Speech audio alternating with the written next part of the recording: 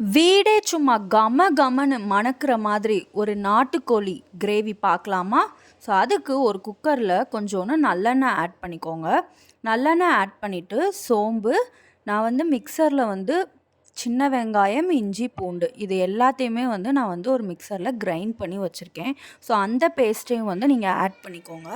நல்லா பச்சை வாசனை போகிற வரைக்கும் எண்ணெயிலேயே பார்த்தீங்க அப்படின்னா இது நல்லா வதங்கணும். வதங்கினதுக்கப்புறம் நான் 1 கேஜி நாட்டுக்கோழி எடுத்து வச்சுருக்கேன். ஸோ அதில் பார்த்தீங்க அப்படின்னா நிறையா கொழுப்பு இருக்குது. ஸோ அதனால தான் நான் ஆயில் கம்மியாக ஆட் பண்ணியிருக்கேன்.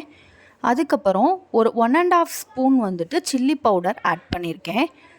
கொஞ்சம் காரம் எக்ஸ்ட்ராவே இருந்தால் நாட்டுக்கோழி நல்லாயிருக்கும். ஒரே ஒரு சின்ன தக்காளி ஆட் பண்ணியிருக்கேன். அதுக்கப்புறம் நம்ம வாஷ் பண்ணி வச்சுருக்க 1 கேஜி நாட்டுக்கோழியை நம்ம அதில் ஆட் பண்ணணும். உங்களுக்கு இந்த வீடியோவில் பார்த்தாலே தெரியும், இந்த எல்லோயிஷாக இருக்கிறது எல்லாமே கொழுப்பு தான். ஸோ அதனால தான் நான் ஆயில் கம்மியாக ஆட் பண்ணியிருக்கேன். சப்போஸ் கொழுப்பு கம்மியாக இருந்துச்சுன்னா எண்ணெய் கொஞ்சம் எக்ஸ்ட்ராவாக ஆட் பண்ணிக்கோங்க. நல்லா ஒரு பெரட்டிட்டு சால்ட் ஆட் பண்ணி வாட்ரு தேவையான அளவு வாட்ரு ஆட் பண்ணி ஒரு 5 விசில்ஸ் வச்சு எடுத்துக்கோங்க.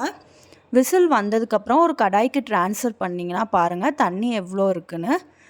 மிளகு, ஜீரகம், மல்லி இலை போட்டு தண்ணி வற்றுனதுக்கப்புறம் எண்ணெய் பிரிஞ்சதுக்கப்புறம் நீங்கள் இறக்குனீங்க அப்படின்னா வீடே கம கமன்னு மணக்கிற மாதிரி ஒரு நாட்டுக்கோழி கிரேவி சிம்பிளான மெத்தடில் ரெடியாக இருக்குது. கண்டிப்பாக வீட்டில் உள்ளவங்க எல்லாரும் செம்மையாக இருக்குது அப்படின்னு உங்களை கண்டிப்பாக பாராட்டுவாங்க. ஒரு தடவை செஞ்சு பாருங்கள்.